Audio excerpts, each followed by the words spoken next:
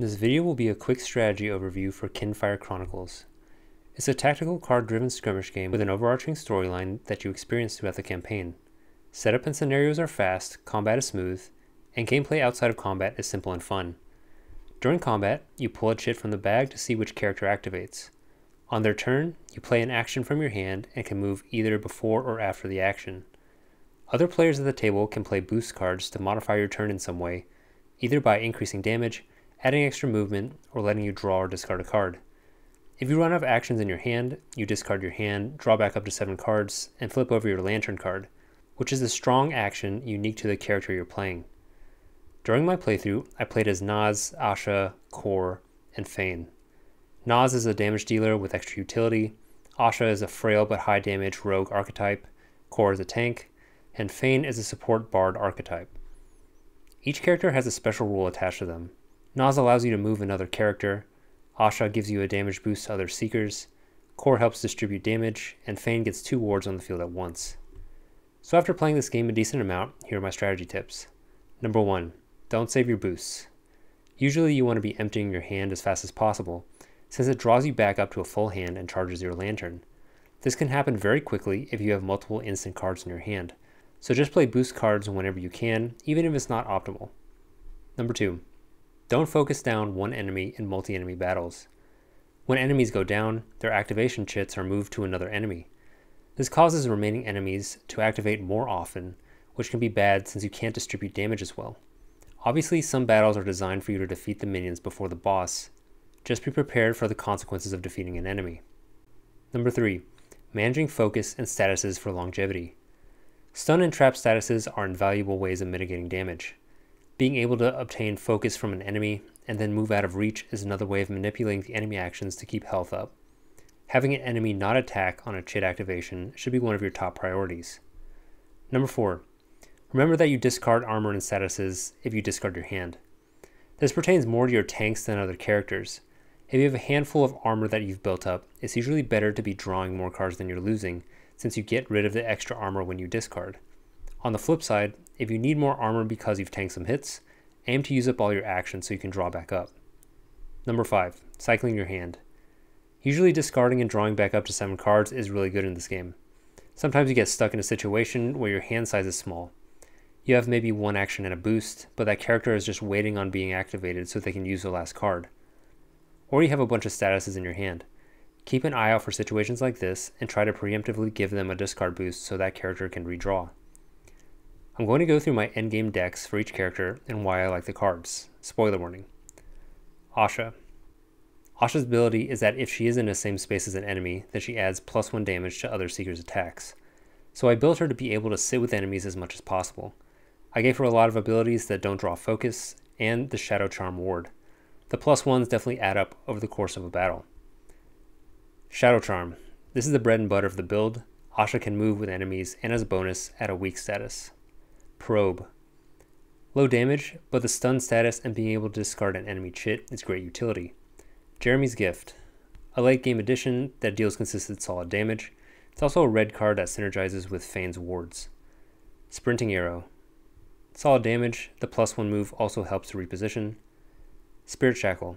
I like it mostly for the trap status. Flash Bomb. Stuns bunched up enemies, and this is just great utility. Healing Light. This is just support utility. Instant Shot. This is damage at instant speed that you can use to empty out your hand. Unerring Strike. This is just global damage and another good red card. Put together, this build lets Asha deal out damage while not drawing focus. There are some enemies that refocus on the nearest seeker, which is a bad matchup for Asha. Fane. Fane is the support archetype. His wards are incredibly good to have up as soon as possible. Because he has no starting armor, I don't want the focus to be on him as much, so being able to have Naz and Kor consistently drawing focus is helpful. He gets a ton of blue and white card options, so with Fate's Lament up, he's surprisingly durable even without armor. Battle of the Fade. First of 2 wards that start in the deck that I kept the entire time. Naz and Kor benefit greatly from this. Fane also has access to a lot of white cards, so he can get a decent amount of armor as well. Fate's Lament. Second of 2 wards that I kept the whole game. Just a good way to keep the party's health up, and Fane usually gets to consistently trigger this one. Healing Rain. This is a white instant that heals everyone. It also triggers both wards. Loyal Flames. Decent damage plus hurt. Also, since Asha is usually in the target's space, most of the time I can get the utility portion that lets the Seeker draw or discard. A Coward's Strength. With this card, I don't have to worry too much about exhaustion during the adventuring portion of the game. The downside is that Feign draws focus, so depending on the situation, I might just discard this card. I also like the redraw boost that accompanies the card. Coordinated Attack. This is draw plus stun potential. I might discard this if Fein's health is too low to take focus away from someone. Pincer Maneuver. Great in combination with Asha because I would get the +2 damage in most situations. Inner Harmony. Usually I would target Healing Rain in the discard pile. Bolt of Confusion. A great way of getting focus off of Feign or Asha, or just distributing focus somewhere else. Together, this build helps enable Core and Naz to be more durable, as well as adding some utility, specifically discarding exhaustion cards with Coward Strength, and some focus drawing actions in case Core Naz needs a break from taking attacks. Core. Remember that you discard armor if you run out of actions, and Core wants to be gaining armor. Or you can time it where you discard a bunch of armor as your last action, then immediately draw back up to 3 armor. Flickers Evolved. A great ward that adds to Core's overall abilities. White cards work really well with Fein's wards as well. Vengeance of Stone. I got a ton of mileage out of this card in the early and middle game. In later scenarios, I'll usually want Flicker's ward, but having Vengeance up while I wait for Flicker isn't bad. Come Get It. We're collecting focus on Core and Naz a lot of the time, so you get the bonus damage in most situations. The Hungry Earth. Hits all enemies in the space, plus you can target multiple zones if you discard armor. This has great utility. Champion Sword. This is a late game addition.